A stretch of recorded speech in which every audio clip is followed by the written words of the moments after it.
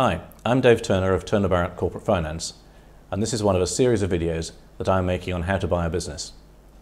In this video, we are considering how to draw up heads of terms. Once you have reached agreement with the vendor about buying his business, it is usual to draw up what is known as heads of terms.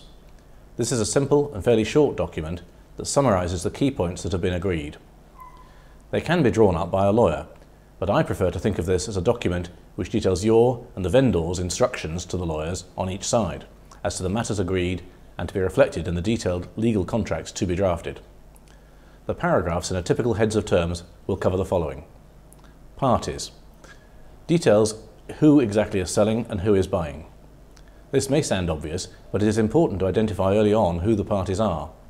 The target company may be owned by a number of shareholders, and all will need to agree to sell, and the buyer may be just you, or maybe a new company that you have incorporated for the purposes of the acquisition. What are you buying? This may be all the shares of a company, or if it is an asset purchase, it is particularly important to specify exactly which assets and liabilities are included or excluded from the purchase. Price. What has been agreed to be paid? And is this amount subject to anything? Details of the net asset adjustment if applicable. Method of payment. Detail how much of the consideration is payable at completion and in what form, cash or other method, and timing and method of payment for any amounts deferred. Earn-out. Details of any additional payment made under an earn-out arrangement and details of how this is to be calculated. Handover arrangements. Details of how long and in what capacity the owner is to remain to ensure an orderly handover and what remuneration he is to receive for this. Conditions precedent. Details here any matters that the purchase is conditional upon.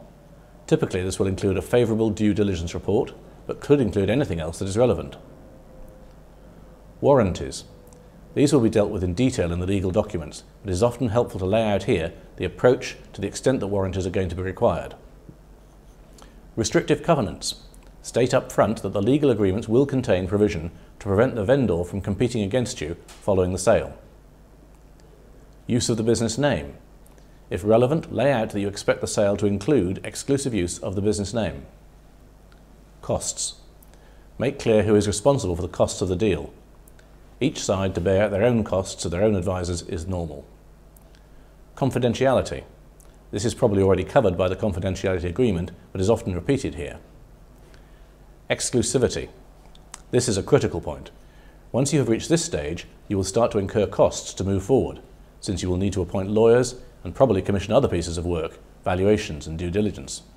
You should be very reluctant to do this unless you've secured that you have a period of exclusivity, 60 or 90 days is normal, in which the vendor agrees not to entertain negotiations with any other party. Completion. Lay out an expected completion date if it is realistic to predict this. For further information, visit our website. Thank you.